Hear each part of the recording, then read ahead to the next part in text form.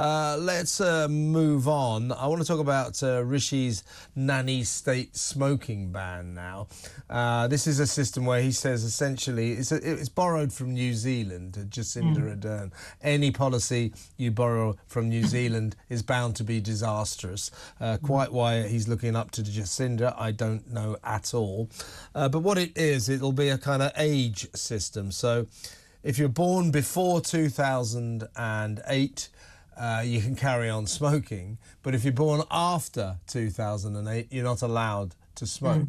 I mean, what can possibly go wrong? Nothing divisive about that at all. I mean, no prospect that people who are allowed to smoke might start selling cigarettes to kids who aren't allowed to smoke. And more to the point, what's it got to do with him or the government, whether or not you, me or any other adult in this country decides to indulge in the legal activity of smoking? And for that matter, what's it got to do with him, what I eat? If I want to eat sugary food, drink sugary drinks and eat fatty food and drink a load of alcohol, none of these activities are illegal. Why does Sunak think he has the right to butt his nose into our lives when the Tories are supposed to stand for small government, you know, the power of the individual over the power of the state? This is socialism. This is nanny state socialism.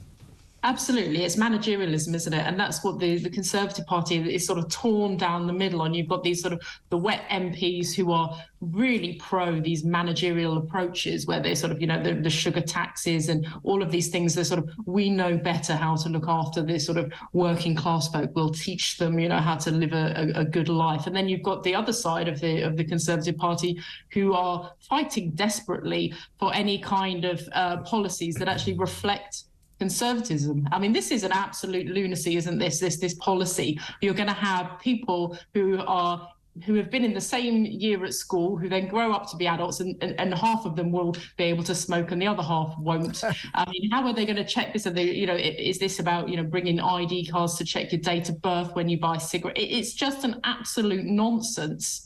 And it shouldn't be something that a Conservative government is getting itself involved in. You know, smoking has vastly reduced anyway. People are, you know, vaping or using non-heat products, and they're, you know, it's taking its own course.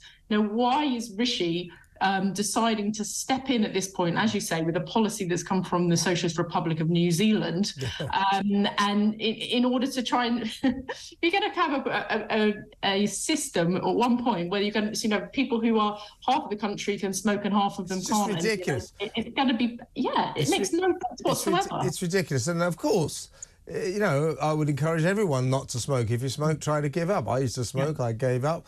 You know, it's not a great activity. It's not very healthy, but it's not illegal. So it's a question of personal choice. The Tories should not be standing in the way of people, adults, grown adults, making personal choices about their lifestyle.